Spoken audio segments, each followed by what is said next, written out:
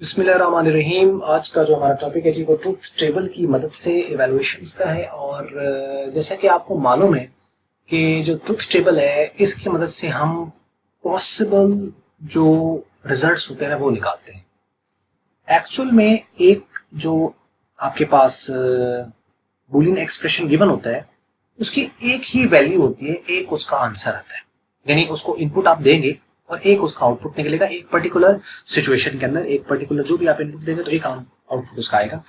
जो जब हमें ये कहा जाता है ना कि आप उसको ट्रुथ टेबल की मदद से इवेलुएट करें तो उसका ये मतलब होता है कि आपको कोई वैल्यूज गिवन नहीं है, एज अ इनपुट के तौर पर आपने वैल्यूज उसकी पॉसिबल लेनी है। तो इसका मतलब जब आप उसकी पॉसिबल वैल्यूज लोगे तो उसका फिर आंसर भी उसके अकॉर्डिंगली निकलेंगे। लेकिन जो आंसर निकलेंगे वो मैक्सिमम आउटपुट है जो इस एक्सप्रेशन के आ सकते हैं, क्योंकि जो उसके मैक्सिमम इनपुट्स होंगे, यानी हर एक बूलियन एक्सप्रेशन की एक लिमिट होती है कि आप उतने उसको इनपुट दे सकते हो, उससे ज्यादा नहीं। तो अगर आप जैसे दो वेरिएबल है तो उसको या तो अगर एक वेरिएबल है तो उसको इनपुट कितने दिया जा सकते हैं, एक वेरिएबल को सिर्फ ज्यादा से ज्यादा दो इनपुट दिए जा सकते हैं, यानी या तो 0 या फिर 1। इसके अलावा नहीं, एक वेरिएबल को दो इनपुट आप दे सकते हो।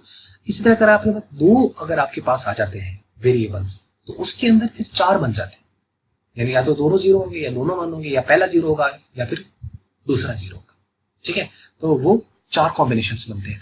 तो वो इनपुट यानी जो हम बूलियन जो एक्सप्रेशन होता है उसको हम ट्रुथ टेबल से इवेलुएट करते हैं। तो उसका मतलब उसके अंदर हमें इनपुट्स नहीं दिए हुए थे, हमने खुद से इनपुट लेने हैं, पॉसिबल इनपुट लेने हैं और उसके अकॉर्डिंगली हम इसको बता देना कि पूरा चार्ट बनेगा, पूरा टेबल बनेगा, उसके अंदर वैल्यूज है। उससे हमें क्या फायदा होता है? फायदा ये होता है हमें ये पता चल जाता है कि अगर हमने ये इनपुट दिए ना तो हमारी ये आउटपुट मिलेगा, यानी पूरा एक चार्ट है, पूरा टेबल है, पूरे पॉसिबल। अगर हमने ये इनपुट दिया तो ये बनेगा, ये दिया तो ये बनेगा, और ये दिया तो ये आउटपुट आएगा। वो हमें उसके सामने बिल्कुल पता चल जाते हैं। फिर हम जो जो उसके वैल्यूज देते चले जाएंगे उसके अकॉर्डिंगली उसके आउटपुट भी हो जाएंगे।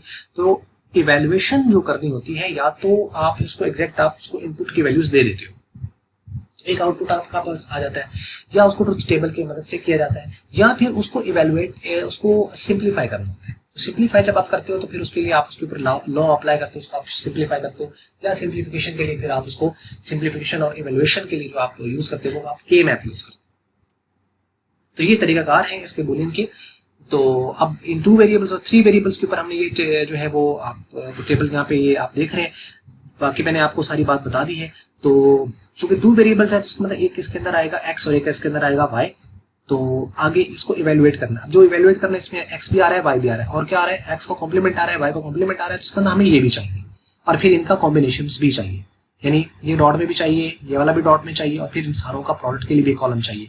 तो एक x का कॉलम, एक y का कॉलम, एक x का कॉम्प्लीमेंट, एक y का कॉम्प्लीमेंट, फिर x डॉट y कॉम्प्लीमेंट और x कॉम्प्लीमेंट y, ये ठीक है। तो ये हमें कॉम्बिनेशन इसके लिए रिक्वायर्ड होंगे, x कॉम्प्लीमेंट y ये वाला, और उसके बाद फिर इस पूरे का। तो आपने ये कॉलम बना लिया, तो ये हमने कॉलम यहाँ पे लिख लिए। अब उसके बाद हम आगे जो है वो नेक्स्ट इसमें इसकी वैल्यूज फीड करेंगे। तो 2 वेरिएबल्स हो, जिसका मतलब कितने सेल हमें चाहिए होते हैं उसके लिए 4। ये मैं पहले बात कर चुका हूँ वीडियो के अंदर। इन 2 की पावर आपने लेनी होती है, 2 वेरिएबल्स की 2 पावर 2 लें तो 2 2 4 4 सेल चाहिए होंगे। इसका फिलिंग कैसे करेंगे? पहले 2 0 फिर 2 1 और फिर उसके बाद 0 फिर 1 फिर 0 और 1, और ये फिलिंग होगी। आगे इनके कॉम्प्लीमेंट है, x का कॉम्प्लीमेंट है, ये पहले दोनों 0 है, पहले दोनों 1 हो जाएंगे, ये पहले दोनों 1 है, ये दोनों 0 हो जाएंगे। जो 0 है ये 1 हो गया, जो 1 था वो 0 हो गया, 0 1 हो गया और 1 0 हो गया। तो यहाँ तक हमारी फिलिंग कंप्लीट होगी। आगे x डॉट y कॉम्प्लीमेंट है, अब इनको इवेलुएट करना है। अब x की वैल्यू ये है, y का कॉम्प्लीमेंट ये है, तो आप करें इवेलुएट तो आपके पास ये आंसर आ जाएगा। इसको इवेलुएट करेंगे तो ये आंसर आ जाएगा, और फिर हम इन दोनों को आप प्लस कर लें तो इसका कॉम्बिनेशन भी और इसका कॉम्बिनेशन भी हमने प्लस किया तो आपके पास ये 0 1 और 1 0। मतलब इसका क्या है? इसका मतलब ये है कि अगर आप x की वैल्यू 0 और y की वैल्यू 0 लें तो आपके पास इसका जो आंसर है ना वो 0 आएगा। इस एक्सप्रेशन का जो आंसर आएगा वो 0 आएगा। अगर आपने x की वैल्यू जो है वो 0 और y की वैल्यू अगर आपने 1 दी तो इसका आंसर 1 आएगा। अगर आपने x की वैल्यू जो है वो 1 जबकि y की वैल्यू 0 दी तो इसका फिर आंसर भी 1 आएगा। और अगर आपने इसकी वैल्यू 1 इसकी वैल्यू 1 दी तो तब इसका आंसर 0 आएगा। और आंसर या 0 आएगा या 1 आएगा, यानी इन पहला केस और लास्ट केस में 0 और दरम्यान वाले दोनों केस में 1 आएगा। ये आपको इसका पॉसिबल सोल्यूशन पता चल जाता है। तो ये होता है ट्रुथ टेबल। इसी तरीके से अगर आप 3 वेरिएबल्स में आप देखेंगे इसको इवेलुएट करना है तो इसमें आप देखें x है, फिर y है, फिर z है। तो z के ऊपर कॉम्प्लीमेंट्स हैं, x के ऊपर कॉम्प्लीमेंट है, ठीक है। तो अब इनको इवेल्युएट करने के लिए हमें यहाँ से, अब बाजा वाई को भी कॉम्प्लीमेंट नहीं है, जैसे इसके ऊपर नहीं, इस पे नहीं, इस पे भी नहीं है, तो लेकिन फिर भी हमने इसको यहाँ पे लिया हुआ है। इससे अगर आप इसको वाई कॉम्प्लीमेंट को लिखें या ना लिखें इसकी कोई जरूरत नहीं है, खैर, लेकिन इसको लिख लिया। तो एक्स और वाई और जेड 3 वेरिएबल है, तो इसके 4 सेल बनेंगे। तो पहले 4 0, फिर 4 1, फिर 2 0, फिर 2 1, 2 0 2 1, और उसके बाद 0 और फिर 1 आ जाएगा इसके। तो आगे आप देखें यहाँ पे जो इसकी इवैल्यूएशन है वो आप उसी तरह है।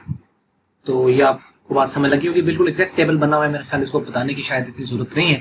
तो आप इसमें देख लें। फिर भी अगर कहीं कोई आपको लगता है कि समझ नहीं आई तो आप कमेंट्स में इसको लिख दीजिएगा। बाकी इस टेबल को आप खुद से बनाएं। मैं रिकमेंड ये करूंगा कि आप इसको टेबल को 3 वेरिएबल्स के अंदर ये वैल्यूज यहाँ तक आप लेके, और उसके बाद ये आप एक पूरा एक बार टेबल आप खुद से कंप्लीट करें। जब तक आप इसको हाथ से खुद से नहीं करेंगे उस वक्त तक आपको ये समझ नहीं आएगा। तो ये थी आज की वीडियो। अच्छी लगी तो लाइक कर लें, और अच्छी नहीं लगी तो करना डिसलाइक। और वीडियो देखने का हमेशा की तरह आपका बहुत बहुत शुक्रिया।